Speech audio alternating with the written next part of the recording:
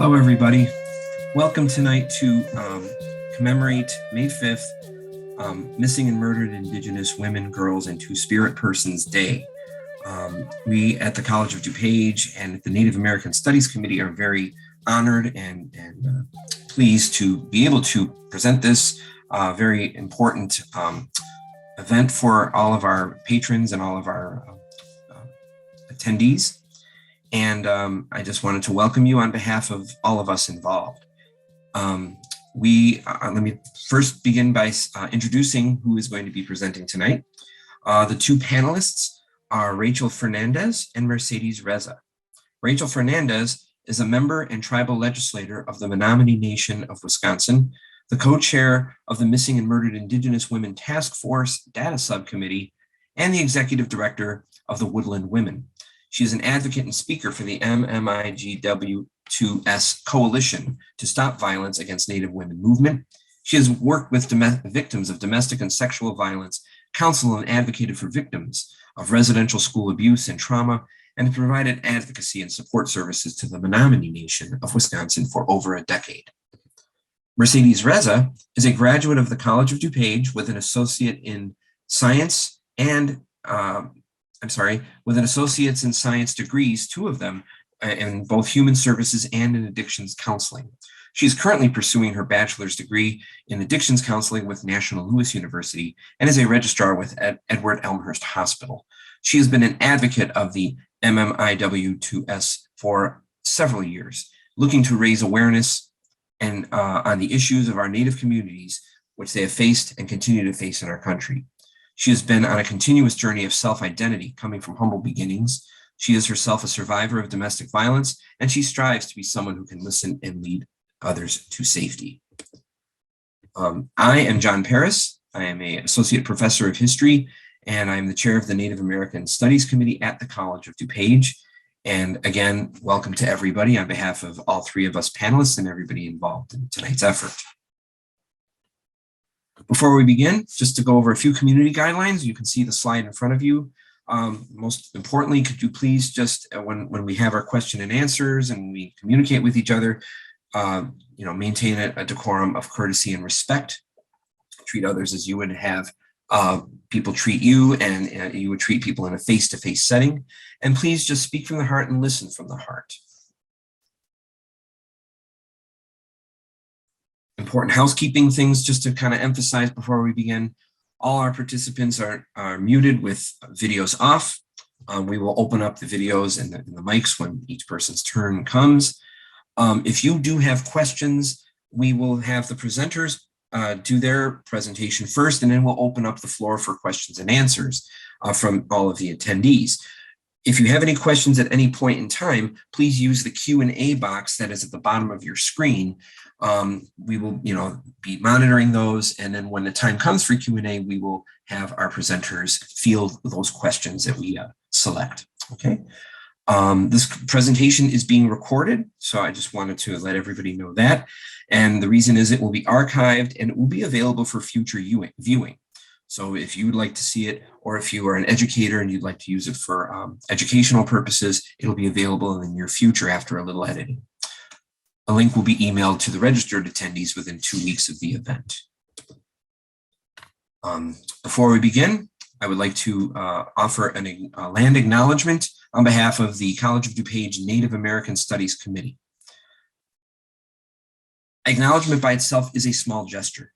It becomes more meaningful when coupled with authentic and informed action as a means of forging relationships and developing greater consciousness and respect for Native people, culture, sovereignty, and human rights. We, the College of DuPage Native American Studies Committee, are committed to these goals and have worked toward their fulfillment, but we also realize that more needs to be done. It is in this spirit that we strive to continue and expand these efforts through promoting education, fostering mutual understanding, and building equitable relationships with Native communities.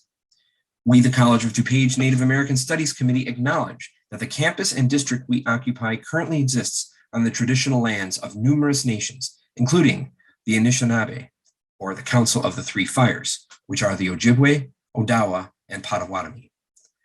The Haudenosaunee, the Ho-Chunk, the Illiniwek, Kickapoo, Menominee, Miami, and Meskwaki peoples. We recognize that we are the most recent residents of the lands that have had a long history, defined by numerous custodians who occupied, cultivated, honored, and protected the land for over 10,000 years, that land was stolen and its inhabitants unjustly removed, and who presently live and proudly preserve their culture and identity in this area and elsewhere.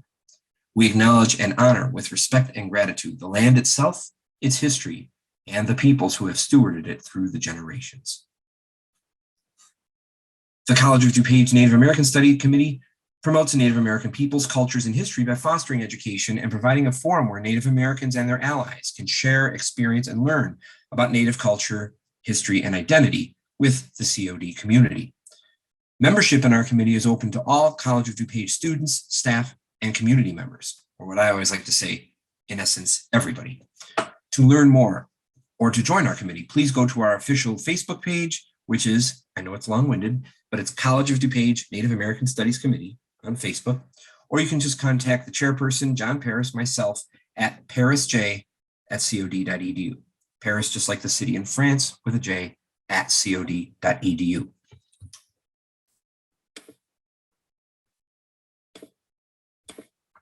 And so now, without any further ado, I'm again honored to introduce Mercedes Reza and Rachel Fernandez, who will be with us shortly.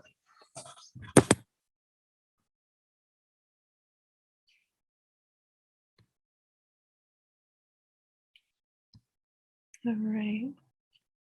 Hello, everyone. Welcome. Special thanks for our hosts for tonight, my peers and members with the Native American Studies Committee at the College of DuPage, including Chair and Associate Professor of History, John Paris. I'd also like to thank the COD Speakers Bureau and the multiple Illinois libraries that are partnering with us tonight so that we can bring awareness and talk about the social injustices that are constantly being brought upon in our country. We are here to bring awareness of the human rights crisis that disproportionately affects Indigenous peoples in Canada and the United States, notably those in the First Nations, Métis, Inuit, and Native American communities. My name is Mercedes, and I'm a recent graduate of the College of DuPage. I majored in human services with respect to the drug and alcohol counseling and in the social work field. I consider myself a social activist. I'm also a mother, a daughter, an aunt, a niece, a sister, a friend. So I'd like to welcome everyone that's here today. I consider you allies. I consider you friends, new acquaintances that I may have not met. And I'm thankful that you are all here. My co-host, Rachel Fernandez, as John stated, is an enrolled member of the Nominee Tribe of Wisconsin. She's been a cultural advocate and a powerful speaker regarding missing, murdered Indigenous women and girls. In the last decade, she has brought up to light the numerous misinjustices and the violence which has been impacting communities in and off the reservation. She has worked with many victims of domestic and sexual violence, to which has provided advocacy and support services to those of the Menominee tribe. She, like me today, are advocating to help women connect with who they are as powerful and sacred women. And Rachel will help us understand why the language of our elders can spread life teachings through culture, tradition, and continue to spread awareness of violence against Mother Earth. Today, we honor our matriarchs, the ghosts of the missing and murdered women and girls who refuse to be forgotten. They are our silent guests at every function. In honor of them, we gather today for our slain and disappeared sisters who are not with us, yet are present in our hearts and in our minds. We lift our prayers for the families of the MMIG, the two-spirited victims that work tirelessly and advocate for their schools, community, and culture. Please keep in mind as we go on with tonight's presentation, respect the sacredness of those who are not able to speak, as we are here to speak for them. If you are not familiar with the movement, one significant visual we have to represent is the red palm over one's mouth. A red hand over the mouth has become the symbol of this growing movement. It stands for all the missing sisters whose voices are not heard. It stands for the silence of the media and law enforcement in the midst of this crisis. What we speak about today is just not for today. It stands for awareness to shed light on the disparities and injustices that our Native communities face every single day. As we go through this presentation and follow-up discussion, there may be things that are upsetting. I won't lie to you, talking about trauma is very hard. You may have memories that create a response. Some people call them triggers. If that happens to you, know that that is normal and do what you have to do to take care of yourself, okay? If you need to walk away, if you need to turn down the volume, I understand. One of the things I try to remind myself is about the spirit of the tortoise. I was listening to a story by a great Lakota speaker, Brenda Hill, and she's at the National Indigenous Women's Resource Center. She said the power of that tortoise and some of the lessons from that spirit is to go slow. It's okay to go slow. It's okay to stop and withdraw yourself and go back into your shell and just take care of yourself a little bit. But to come back out of it as slow as you need to and take that next step as long as you just take it. I want to make sure that everyone here tonight does do that, take care of yourself, because what we talk about is truly horrific.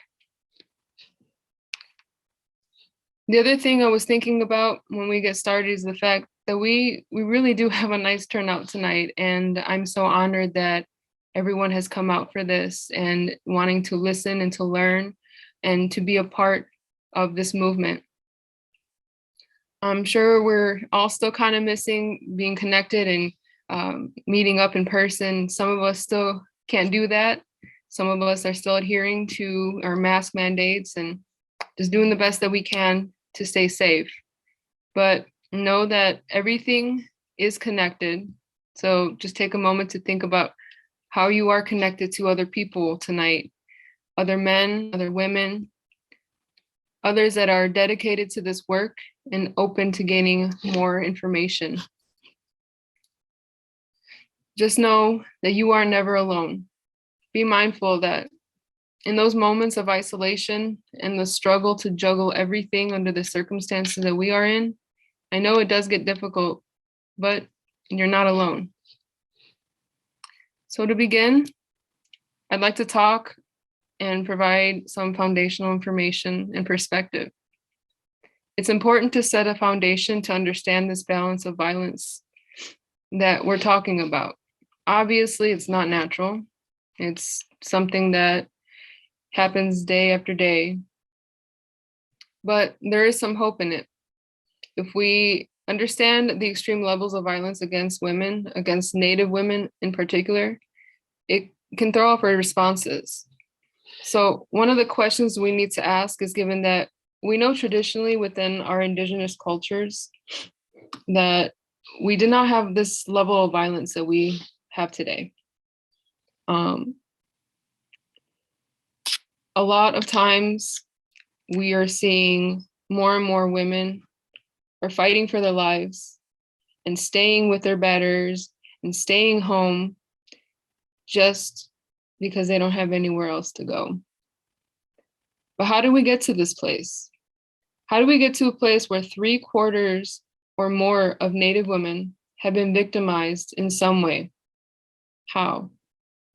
According to the 2016 National Institute of Justice study of violence against American Indian and Alaska Native women and men, more than 4 in 5 women, 84.3% of Native women have experienced violence in their lifetime.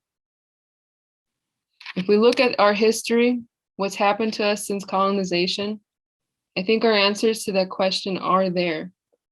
I want to point out that when we are looking at this graphic, that the tactics we're talking about of colonization are batterers and other oppressors That red circle in the middle represents the natural world, our indigenous world.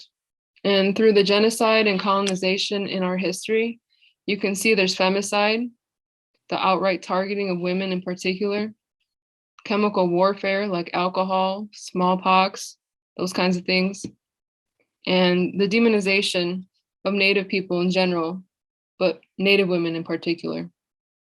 Then we see the isolation of families through the reservation system and boarding schools. And you can go through and identify those tactics formed and worked. When you're looking at what's happening to women who are being battered and these tactics batterers use, you can translate these tactics into those batterers as well. So all those tactics brought to bear pressure on that sacred circle. And the red circle, as a result of that unnatural power and control and levels of violence, our world basically imploded and it turned into this kind of mess that we have today. A few more statistics I'd like to share with you. American Indian and Alaska Native women experience extremely high rates of domestic violence, physical and sexual assault, and murder than any other ethnicity. I want you to think about that for a second, because we have a melting pot of a country. We have many ethnicities, we have many backgrounds, but to say that Native American women have a higher rate than anybody else is just astounding. Many women don't report violence. I mean, for a variety of reasons, but over the last decade, the missing and murdered Indigenous women movement has increased due to social media, activism, and awareness just like this tonight. But at the same time, more needs to be done. Not enough is done. More needs to be done at all levels to stop the disappearances and to save lives. This is a national level epidemic. It's not only affected this generation, but has affected generations of women and girls since colonization. Every year in the United States and Canada, Indigenous women experience violent assault, including sexual violence, at a far higher rate than any other racial group. In Canada, the issue of missing and murdered Indigenous women has been formally described as a national crisis and a Canadian genocide. Statistics show that between 1980 and 2012, Indigenous women and girls made up 16% of all female homicides, while only 4% of the female population existed.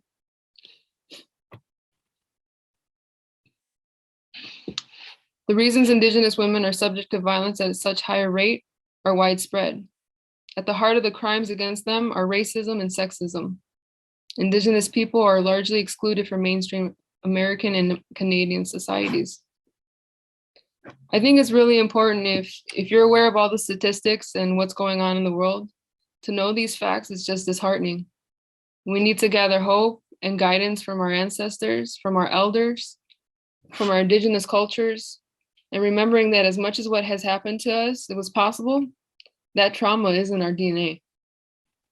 So is our ability to be resilient and to remember those lessons, to remember that violence against women, children, even men, was extremely rare before colonization, and consequences were immediate and severe. Now, women, children, and elders were safe. It's about looking at our culture, our life ways, traditions, beliefs, and how we practice that, and how it reflects our original and natural beliefs.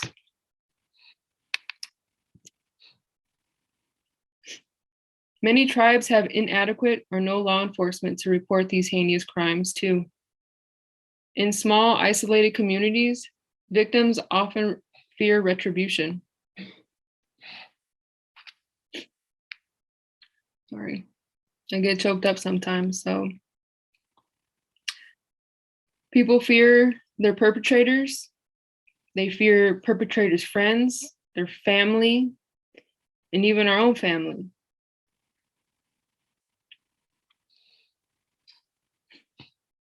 Although the federal government recognizes 566 tribes in the US, there are only 26 shelters nationwide that provide culturally specific services to American Indian and Alaska Native victims and survivors.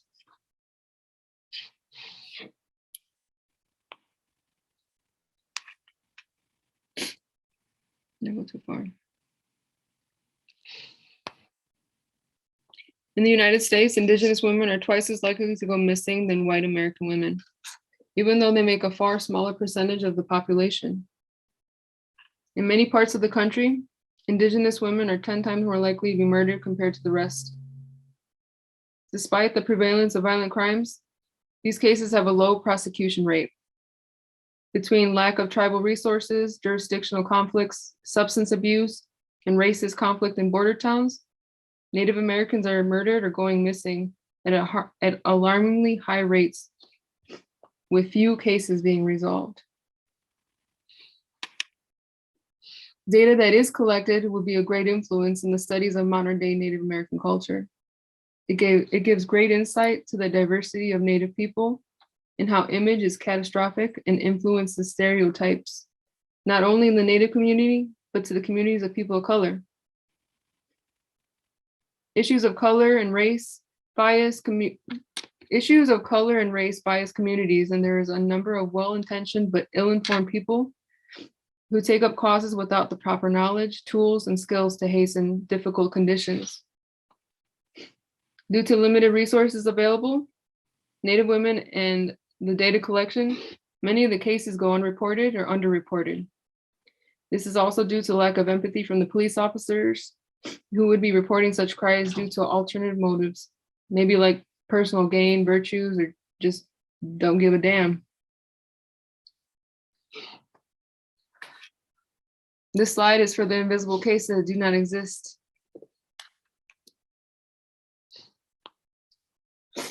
The Savannahs Law became public law on October 10, 2020.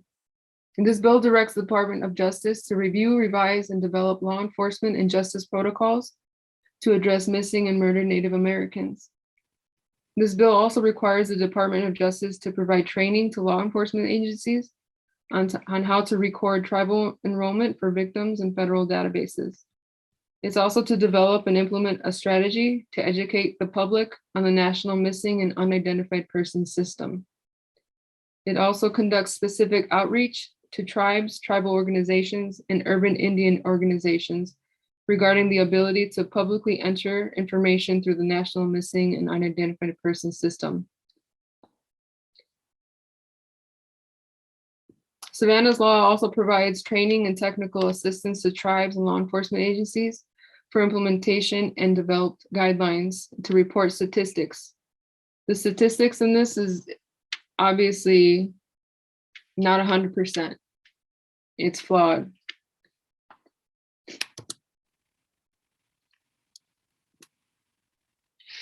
How can we honor our missing and murdered sisters? Well, something like tonight. You raise awareness, you talk about it. It's not something everyone wants to talk about.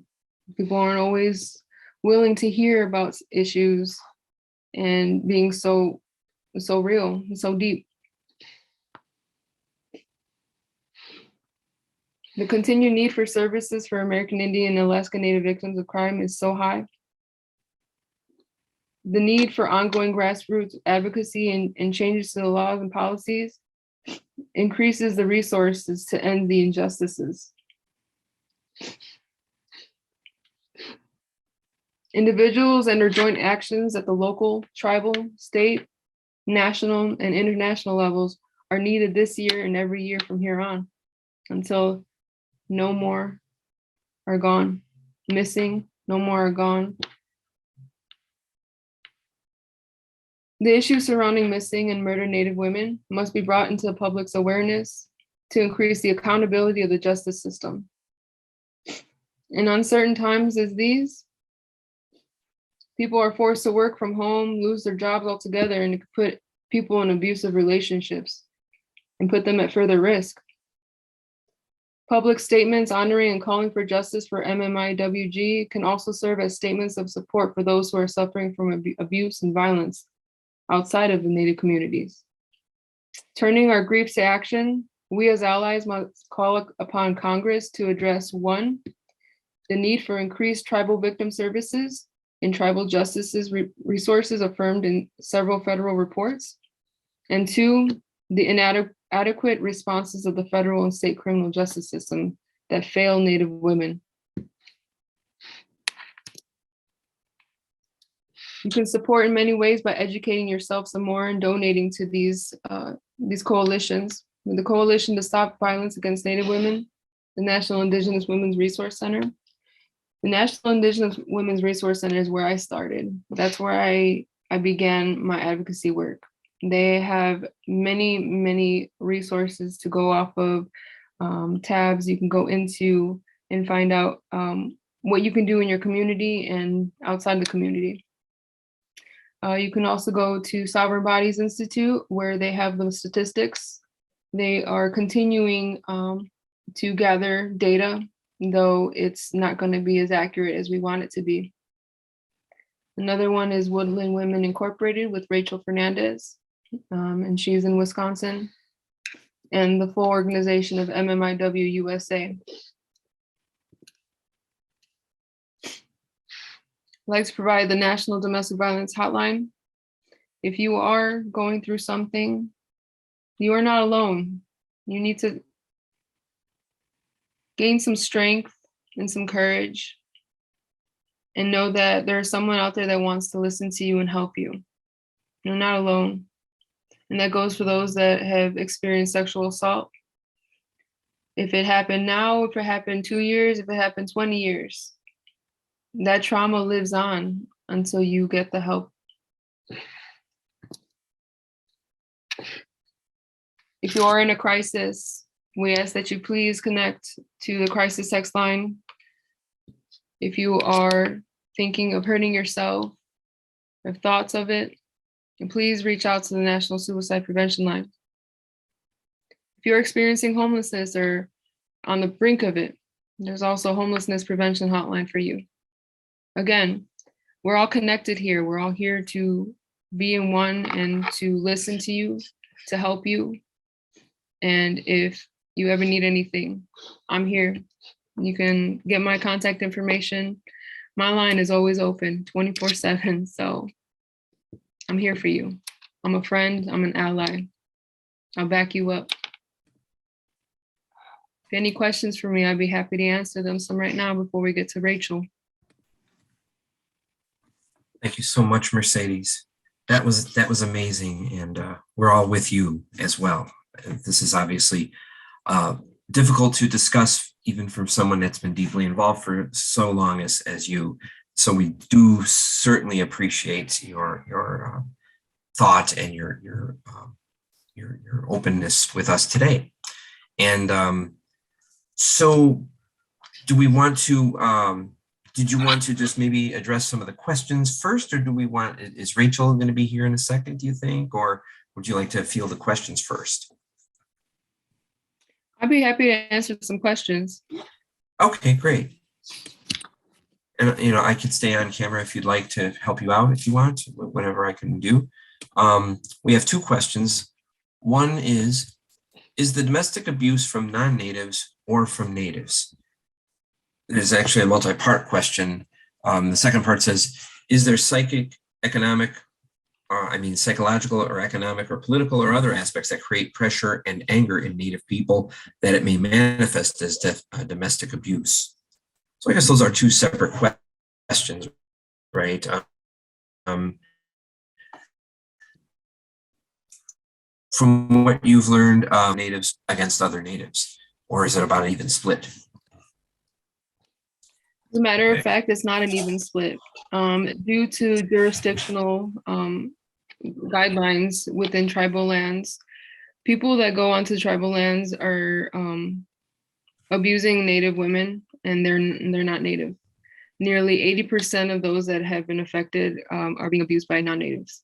And the statistics with that is staggering, because you see more and more times men will go in and, get into a relationship with a woman and, woo her.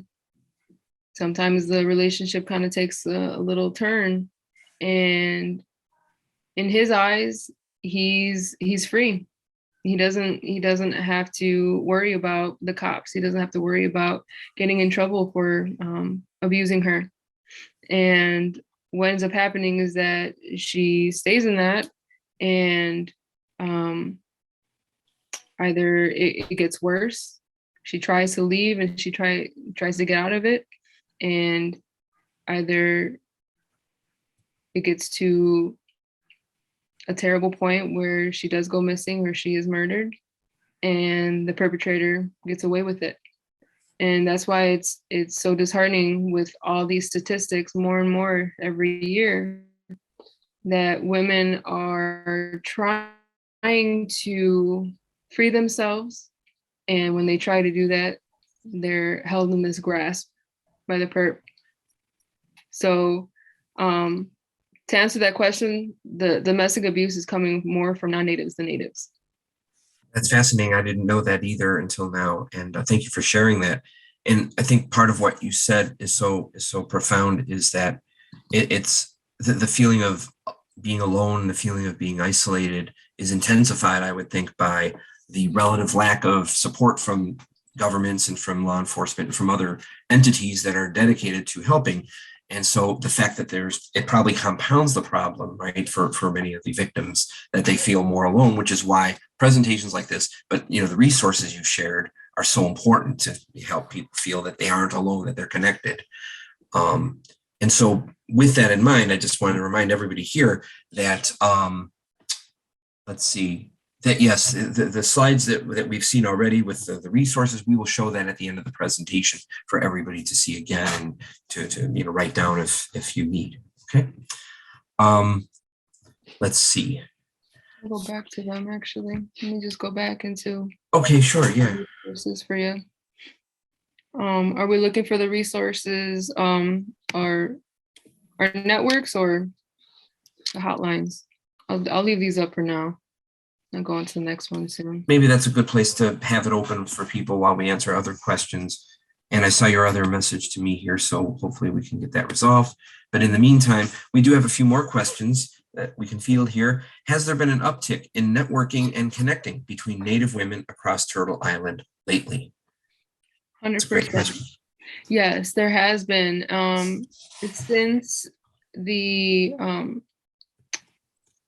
I'm going to backtrack a little bit because we didn't have this day, a day of awareness. It wasn't until 2017 that I think it was in Dakota, North Dakota, that they declared it a National Day of Awareness.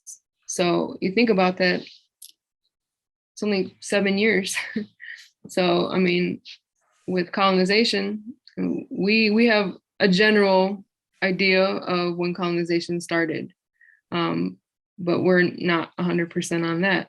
So lately, yes, there has been an uptick in networking, connecting with multiple organizations, and not even just here in the United States and Canada. We're seeing resources getting connected with in El Salvador, Mexico, even far out as Australia. Rachel recently attended a conference in Las Vegas that was organized by the National Criminal Justice Training Center. Nearly 500 representatives with law enforcement agencies across the US came together to talk about the missing unidentified persons. And if that's just an inclination of what we're trying to do, it's definitely a start.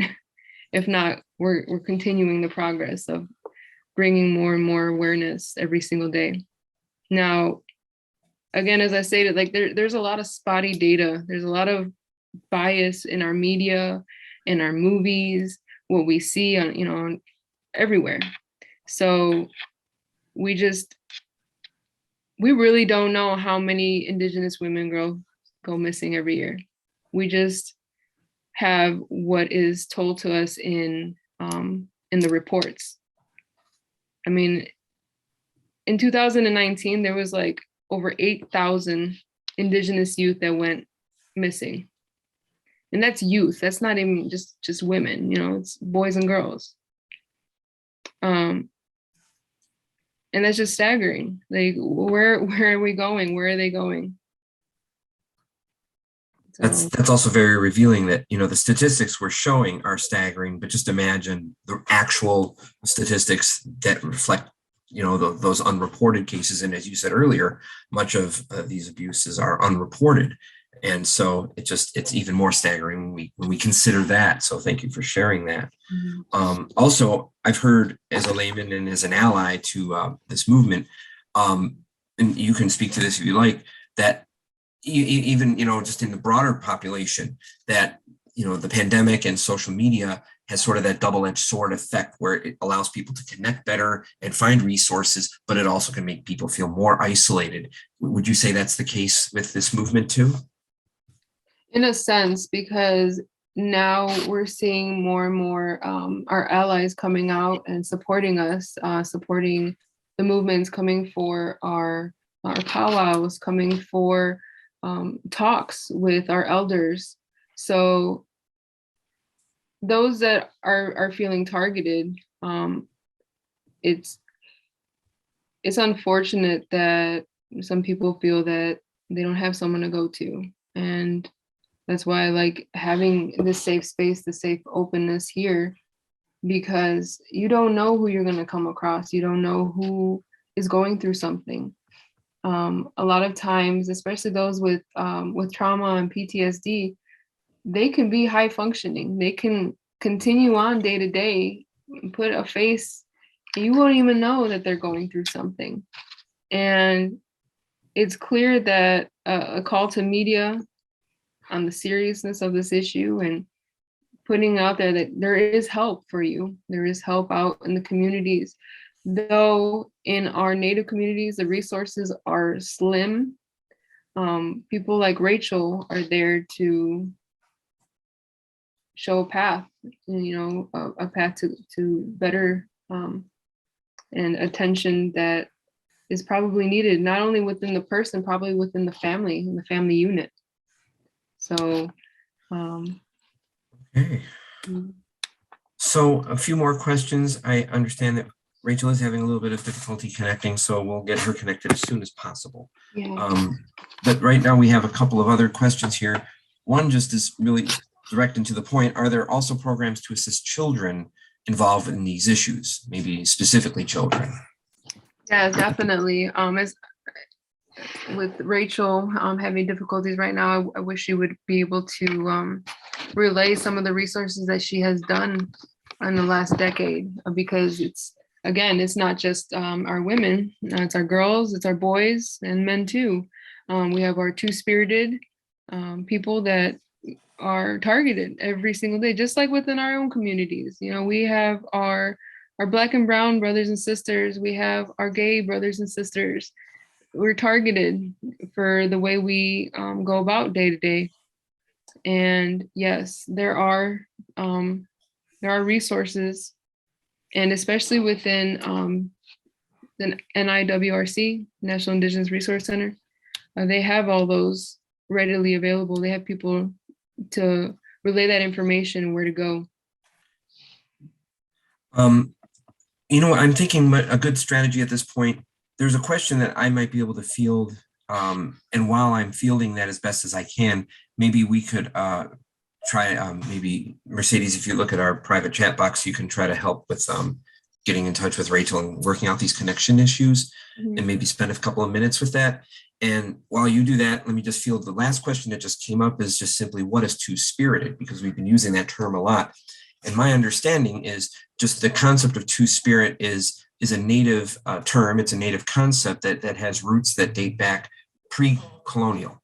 And the closest term that we have in mainstream society today would be LGBTQ plus or non-binary.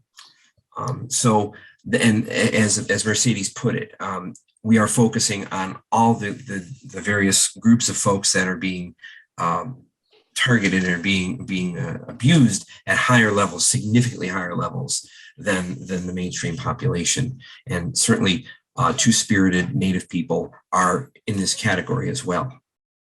Correct.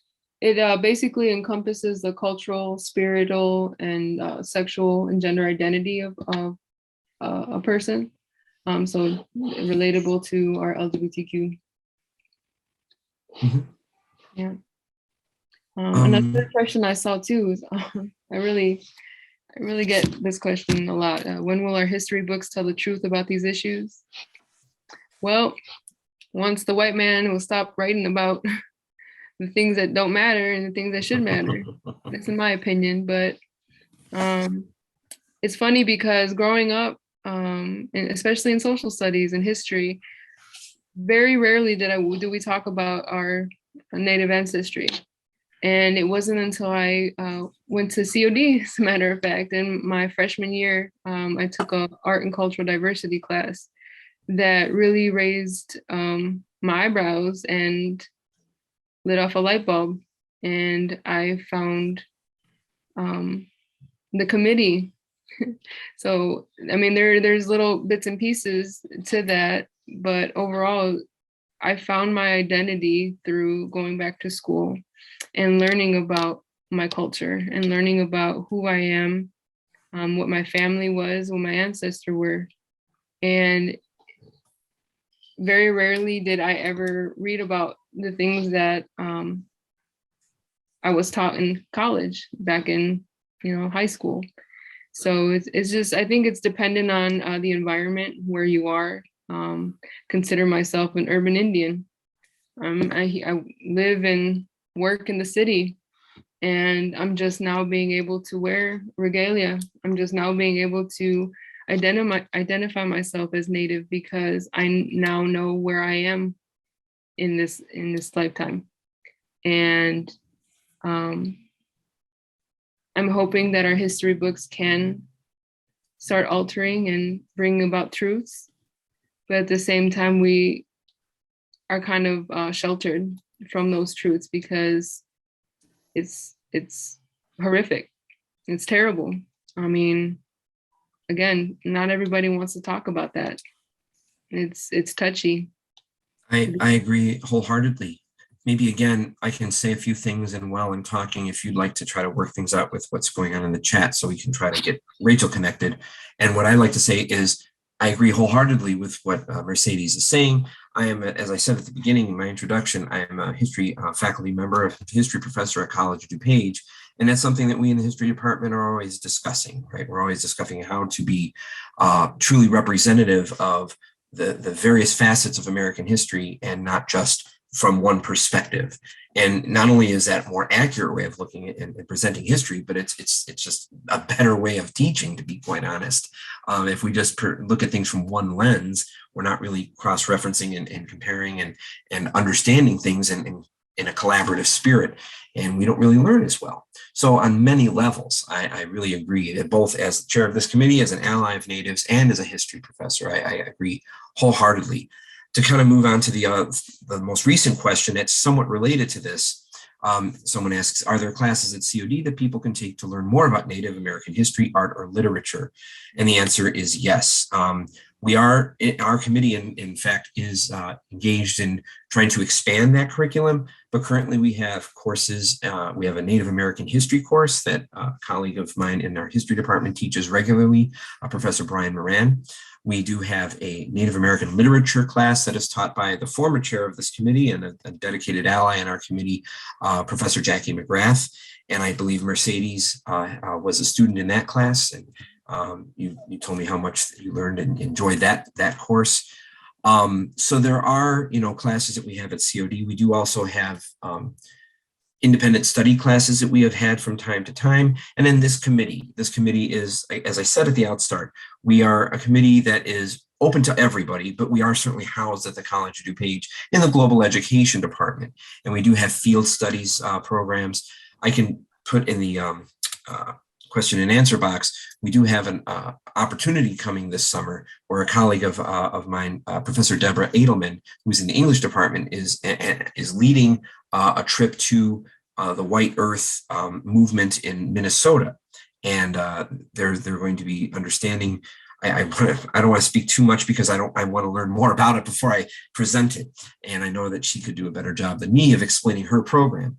But it's a field studies program that is going to be going this summer, where students will be accompanying Professor Edelman and others to Minnesota to learn on the scene about Native culture, Native history, and Native activism, in conjunction with none other than Winona LaDuke herself, who is one of the most renowned activists in in the 21st and the 20th century, to be quite honest. So we do have field studies programs like that offered on a regular basis as well. So this is just an amazing topic that we want to do more with, but we're really happy at COD. At least we're trying to break that mold that Mercedes in the question really came from. So let's see. Do we want to field more questions, Mercedes, or how are things going with? Definitely. Let's go ahead with some questions. Okay, great.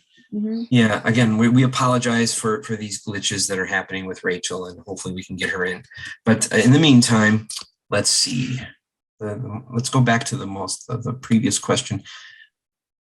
Is there any headway? This is a good one. Is there any headway in getting the law changed so that these crimes can be prosecuted in U.S. courts? Mercedes? Yes, most definitely. If anyone is aware, we do have a new Interior Secretary of Defense, and she is a Native woman. Her name is Deb Haaland. Now, she has definitely been making a lot of headway with her role. She has been definitely advocating for our MMIW. She has also been the head of the task force, the new task force that's in Minnesota. So laws do need to be changed still. There are some that are kind of flawed. The Savannahs Law is one that's still kind of in the new stages. However, with law enforcement getting involved and creating those reports and getting them to be involved with the victim at that, there's just a lot to it. But with Deb Haaland, I was just so honored. I mean, we even tried, John, we tried to reach out, but that's something that has to probably take a few years. But the folks at the Bureau of Indian Affairs, though, are directly linked with a lot of those other federal groups that they're referring to. And so this is having an impact. Just the fact that there is a team and that there is a strategy with the Bureau of Indian Affairs and the FBI and other law enforcement agencies at the federal and many local levels shows that there is progress. There's obviously a long way to go, but even just our contact and the positive response, even though today is National MMIGW2S Day, so they're very booked today all over the country. There are probably other presentations similar to this going on as we speak. So hopefully, maybe, as you just said, in the next year or two, we can try to get more folks from all those agencies to speak on their own behalf too. But there's hope. Correct. And last year, as a matter of fact, she had created the new missing and murdered unit with the Bureau. That was back in April 2021. And obviously that's, again, to pursue the justice for our Native peoples. She provides a lot of leadership. I mean, she's obviously in a role of leadership for a reason. And to pull the full weight of the federal government into investigating these cases, that's obviously going to do something at this point. It's been far too long that these cases keep going and going with no justice. And I think a big part of it too is just the underfunding. There's no funding, there's no search parties. I mean, last summer when we had the case of Gabby Petito, that caused a lot of stir within our communities because she has nothing against what happened to her. I mean, it's tragic as well. But at the same time, with the social media that she gained in that, she had her search parties within days.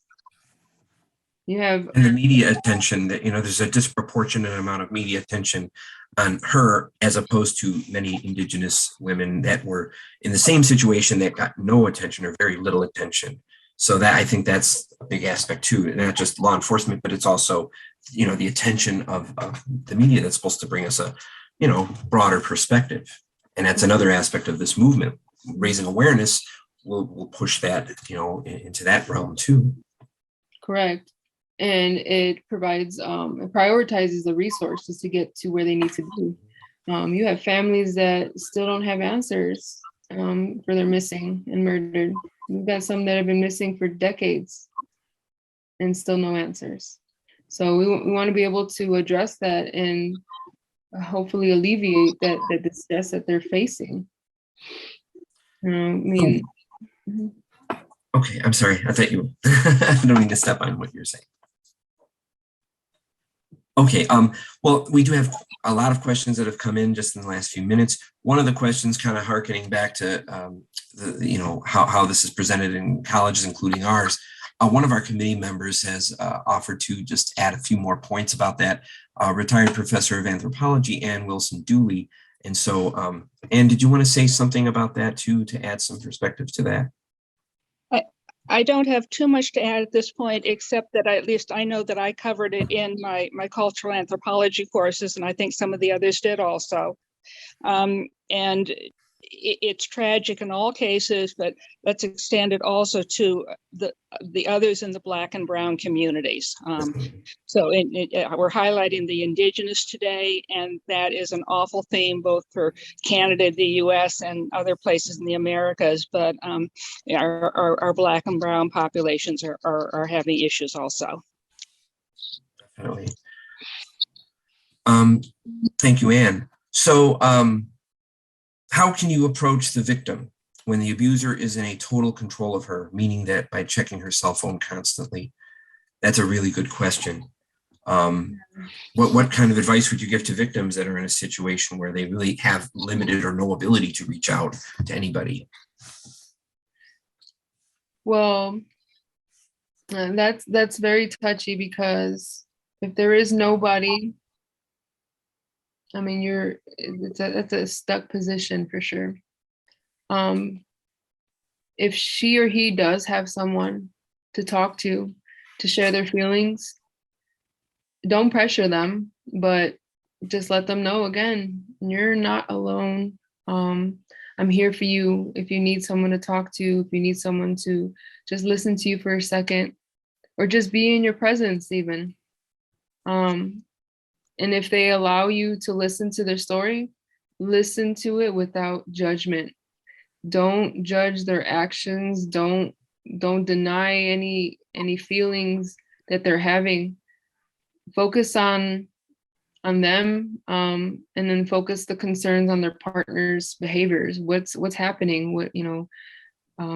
Is there physical abuse happening? That controlling or violent behavior. What are they trashing you? Are they not allowing you to spend your own money, use your own phone? If that is the case, if you're paying for your own phone, technically you have your right to not have someone touch your things. But if you're not allowed to go out and talk to others, I would say maybe go to a public place, a library, gas station, and go up to a random stranger. You hear stories of people having little notes. They grabbed a little piece of paper from somewhere and asked the clerk, "Can I just have a pen? I want to write something." And then pass off the note to them. And they were in immediate danger. And the person will help. But as simple as call 911, or "I need help. Please help me." But to understand that there is fear, there's obvious fear and pressure with all that. So just I would go about it slowly. And again, just don't judge them. Listen to them and say, I'm here to provide you some information and help you along the way if you need be. We live in an age where we can literally go on Google and search everything and anything. And within our communities, especially in our urban areas, there are shelters. There are places you can go to talk to someone. And as I've provided resources today, crisis text line. If you can text someone, we have all these new abbreviations and wordings on social media to relay the things that are troublesome. sending an email to your parent or sibling. Hey, I need someone to talk to. Something's going on. Just be there for them. And from my own personal experience, I'll be so very honest with everyone here. That is one thing that I hated doing. I didn't want to tell anybody what I was going through because I was ashamed. I was afraid. I felt that I would be looked down upon, and I felt sad. I felt lonely. And then one day I was just like, that's enough. So unfortunately, when it gets to that breaking point, I was able to survive out of that. I got out of it, but some people don't. So just being able to educate yourself on what's right, what's wrong, and what you deserve, and knowing the power of you. You're sacred, man or woman. You belong here. You belong on this earth, and you belong to speak your mind. Use your voice. You're powerful in your own way. I think the most basic messages of your presentation and what we've heard today are the most poignant, the most powerful. Like you just said, knowing that you're not alone, knowing that there are resources and there are people and communities that are dedicated to helping, that can certainly help more than any specific one answer can give. And thank you again for sharing, just even something as much as you saying, sharing something about yourself. And we thank you for that. I hopefully can go a long way with anybody here today that might be, knowing somebody or experiencing something like that, just having that empowerment that comes from connections, right? So thank you. A friend through another program made contact with, I'm not sure it was an in-person program or an online program, that had some very good information on being an ally. And if you're in a situation where you are witnessing something, might be times when you would video it. There might be time, I mean, you don't want to endanger yourself, but there might be times where you could do something that would be a distraction that would help somebody to get out of the situation. They're possibly being resourceful. Quite a few years ago, I saw a woman who was being harassed and followed by a man, and with a little bit of diversion, she was able to hide down in my van, and I was able to take her to the house of her choice. So there can be a variety of ways of being an ally in some immediate situations also. Okay, thank you. We're still having trouble with Rachel's connectivity, so she might not be able to make it today. So I do apologize for that. And she's such an amazing, dedicated woman. It is sad that we haven't been able to hear from her yet, but I know we all that know her know that she regrets this unexpected and unfortunate glitch. So it's not for lack of desire. But we'll get through. And Mercedes, you're doing an amazing job. We're all just, I'm just sitting here just in awe of not only the knowledge, but the personal revelations and connections that you're making today, because I think this is what a day like this is really all about: raising awareness and showing the world that this movement is not just an isolated thing. It's something that is designed to reach out and connect and to help and to heal. So thank you. One of the questions that is here that we might want to field is, it's the broader question of how can people be good allies? The specific here says, what are some good ways that religious groups, whether they be Muslim or Hindu or Christian or etc., any religious groups, could support Native groups? How could we make connections with different groups that might be separate, but also have, as human beings, have connections to issues like this?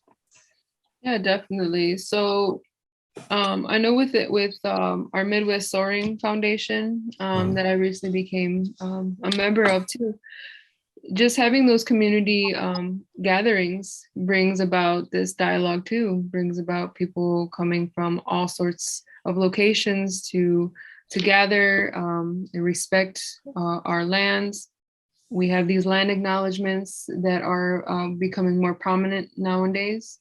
And just being there, being in the there, the now, is helpful. If you have questions, you can be able to speak to our elders. You can ask them, what is it that you want to see change in the community?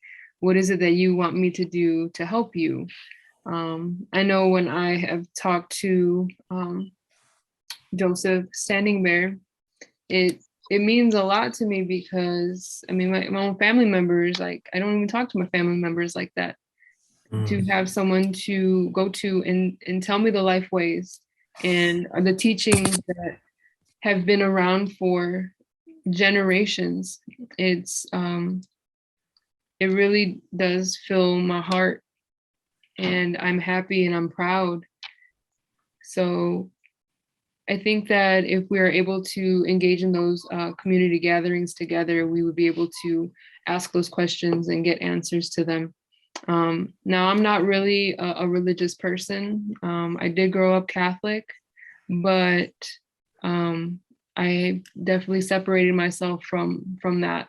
And with our last presentation with the boarding schools, like that, again, it brought up some triggers. It was weird to even think that as a little girl going into, communion and confirmation, like that was just instilled in me I had to, believe. And if I didn't believe, I was going somewhere I didn't want to be at. And I feel like with the Native communities, they respect all wishes, all ethnicities, all backgrounds. No matter where you're coming from, they want you to be a part of the community as well, as long as you're willing to listen and to learn. Some of the outside groups and individuals have to be very careful not to go in with their own agendas as ways to help. Need to really stand back a little bit and take direction from individuals and Native communities on the way that they would like support and help. I think I agree 1,000,000%. A good friend of ours and a member of our committee and a member of Midwest Soaring, I'll tell you about who they are in a moment, but gave me the best piece of advice in this role, and it echoes exactly what you're saying. If you want to be a good ally, don't stand in front of us, stand with us. Because there's so many people that even have good intentions that are not Native that will say, okay, I'm going to come and I'm going to stand in front. I'm going to speak for folks. And even if it's good intentions, it could do harm. But being a true ally is that, an equal ally standing next to and supporting in that capacity and not trying to, take over. And so I think that's a great way of kind of framing a lot of what was already said and kind of responding to this question, how different groups, whether they be religious groups, whether they be ethnic groups, whether they be generational groups, can support a movement such as this by listening, by being effective allies in support of and not in front of. One of the other questions we have here is from about children's books, right? What was it? The most effective, long-lasting education often begins with the teaching of the very young. Do you know of, or are there lists of picture books to share with young children that you recommend? And there was another question that was very similar to that. Are there any books about Native American history geared toward very young children written by Native Americans? I know off the top of my head that the answer is a most definite yes, but I know Katie Myers here from one of our library partners is now going to say something about that. Katie, did you want to field that question? Yeah, that would be great. We were just having a meeting the other day, and our staff member Cheyenne, who is a member of the Lilwat Nation up in British Columbia, Canada, mentioned the book Fry Bread by Kevin Noble. I'm going to hopefully say his last name correctly, Kevin Noble Maillard. And that's a really good one, especially for really young kids, ages 3 and up. Again, it's called Fry Bread. And I'm trying to find the other book that she mentioned. One second here. I'm so sorry.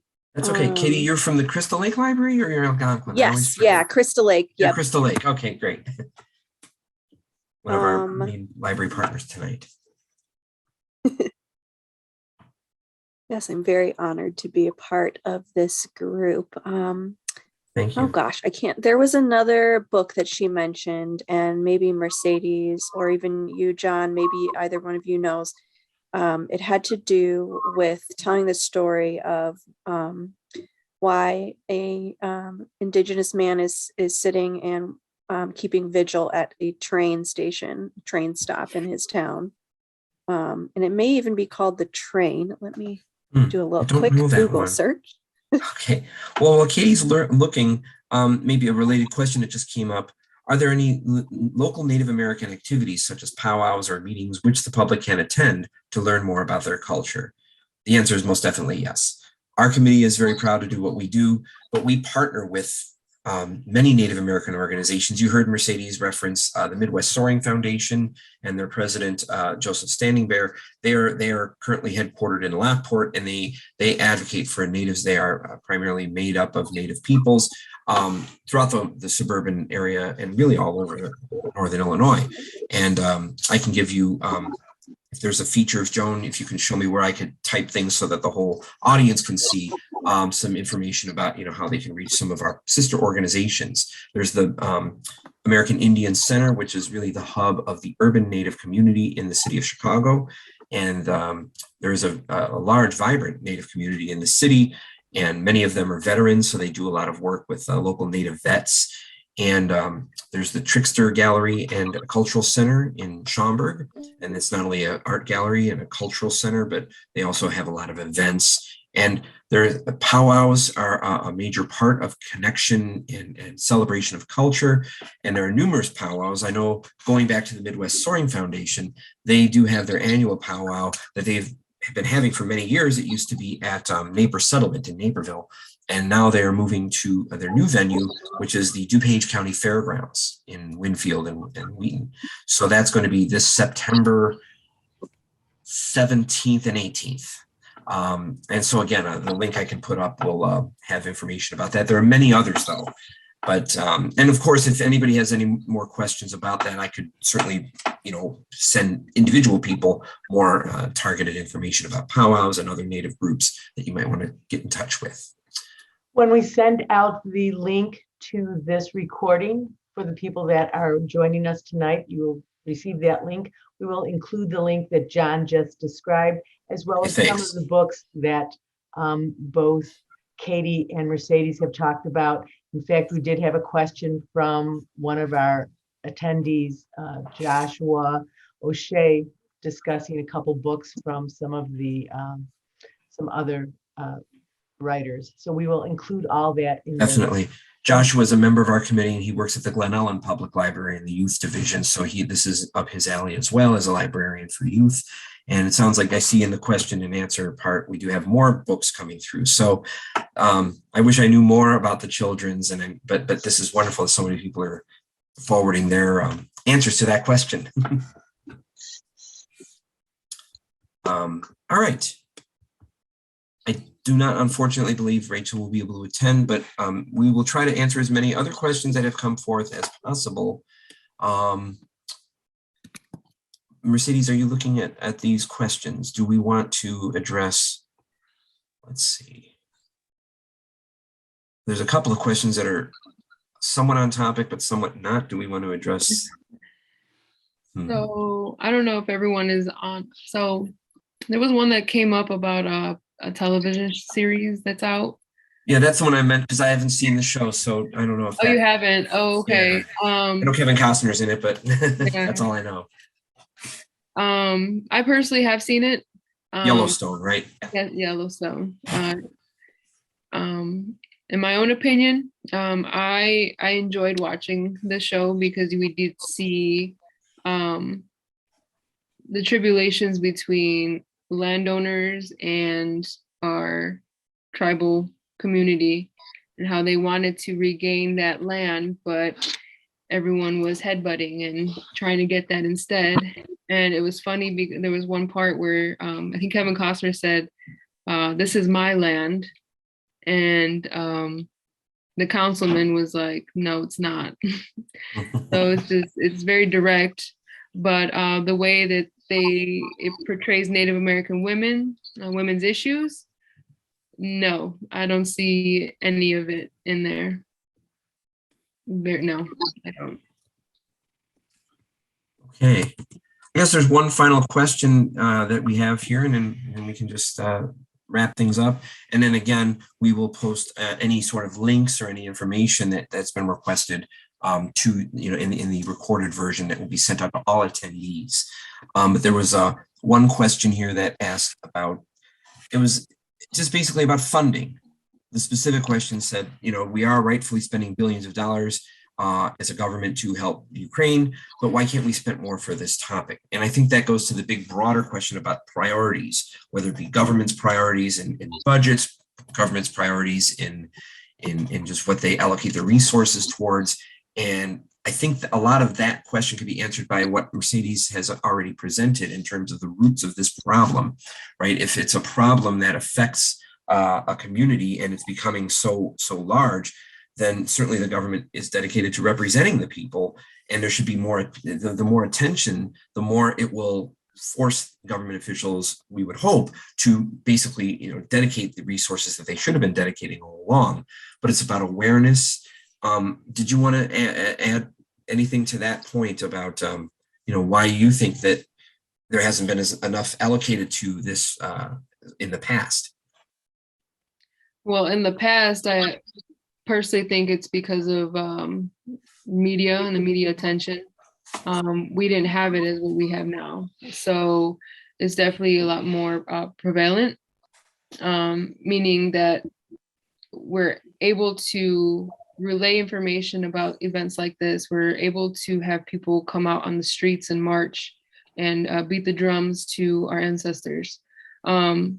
We're able to go to our representatives and let them know, hey, this is what's happening right here. We need a little more action. We need you to be our allies as well. And with Deb Halam being where she is, I feel we're definitely getting more traction, but at the same time, we're still kind of lingering on the side.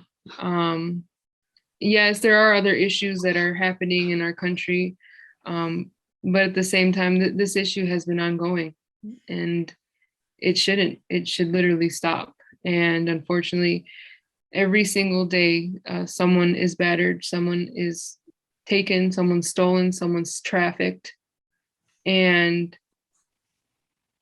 unless these perpetrators were just to kind of vanish away themselves, it's not going to end, unfortunately. Well, I think that's basically at the end of our questions at this point. So I would like to just again thank all of our attendees. I would like to thank our presenter, in particular Mercedes, for such thought, such knowledge, and such passion for such an important topic.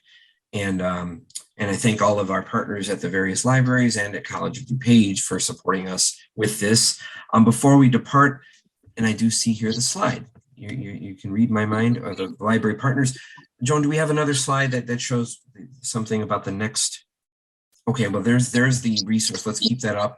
What I was going to say is, yeah, this is the second of a three-part presentation. The first one was on March 9th that many of you may have been at, presented by the Native American Studies Committee at College of DuPage and these various library partners that focused on just in general the residential school atrocities that were committed for 150 years against Native people and children in particular. And so today we've of course focused on the MMIW G2S movement and violence against Native and Indigenous women in particular. The third and final presentation we have planned for the week of September 26th. September 26th is a Monday, so it'll be sometime that week because September 30th is the Canadian national holiday that's relatively new. And this national holiday is the Day of Truth and Reconciliation. And so that's going to be the main focus. Moving forward, how can everybody in our society how do I put this? How do we address issues of reconciliation? What kind of resources are there or should we develop to try to help improve conditions in all of these areas that affect Native peoples moving forward. And so it's going to be kind of an appropriate third part of the three-part series on or very close to the National Day of Truth and Reconciliation in Canada, which obviously is very relevant on both sides of the Canadian-US border. So that'll be September 26th. More information will be coming from the various libraries and from here at College of DuPage. And so far we have one presenter already signed up, and that would be Miss Kayla Johnston, who was the presenter, some of you may remember, in the last presentation on March 9th. So she will be coming back to grace us with her presence and share her views on that, along with some other guests. So that's that. If we could, Joan, move back to the previous slide with those resources as we say farewell today. Thank you. So here are some, again, just to kind of keep this up, resources that you can call or contact if you have any questions or if you want to help, or if you yourself are a victim or know a victim. These are places where you can seek help and counsel and solidarity. Mercedes, did you want to say anything in conclusion today? Again, I appreciate all of our allies that did attend today. It means the world to us. It means the world to me that you are willing to listen and learn. And again, if you ever need anything, I'm always here. I'm willing to talk and listen. And you're never alone. Much love always. Thank you all. Take care. Good night. Be safe.